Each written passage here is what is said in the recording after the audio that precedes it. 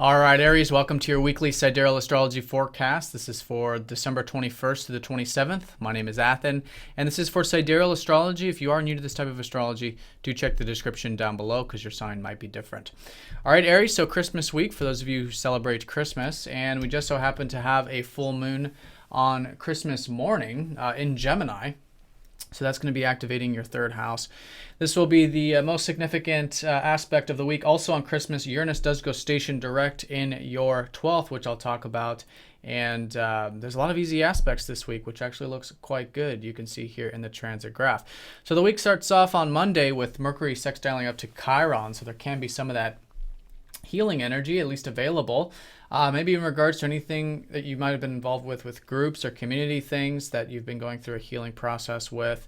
And that's very much supporting now this new expansive view that you have. You're going to have the sun actually shifting into your ninth house to meet up with Mercury here this early part of the week. So there's this shift to, I think, where things have been more focused on the deeper elements of life and healing and transformation. Things just kind of shift this early part of the week. There's more expansion. There's more awareness and focus in terms of philosophy and maybe long distance matters or, things like that for you to express yourself through. So very good energy to work with and certainly some healing with that, specifically relating to maybe some of that easier self-expression, easier communication when it comes to the things that are more expansive in life. So another thing about Monday too is we're kind of coming off of this Mercury squaring up to Uranus. So do keep everything nice and grounded here. Coming off the weekend, there was that Mercury going over Pluto, squaring up to Uranus, sometimes revolutionary ideas, revolutionary thinking. And it is important to listen to that, but I just want to say to just keep everything nice and grounded and slow and steady and implement maybe some of these changes in a grounded way here on Monday. Then no major aspects until we get up to Thursday, which will be Christmas Eve. We're going to have Venus sextiling up to Jupiter. So here, again, quite nice. And this has been a Jupiter that's been expanding your self-expression, maybe your creativity, things like that.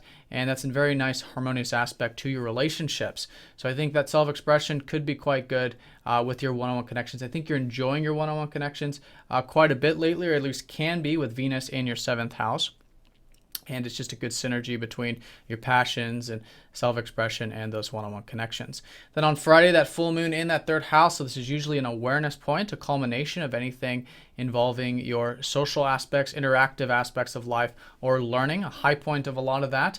And an awareness. So it's a good time to reflect on these things and put energy into these insights that maybe you have about learning, sharing, communication, and things like that, especially in terms of this whole lunar cycle being from the 8th house. It's still about healing and transformation, this whole lunar cycle, but it's a high point of that, an awareness of that as well, in terms of how to connect to and have more of that truth available in your life.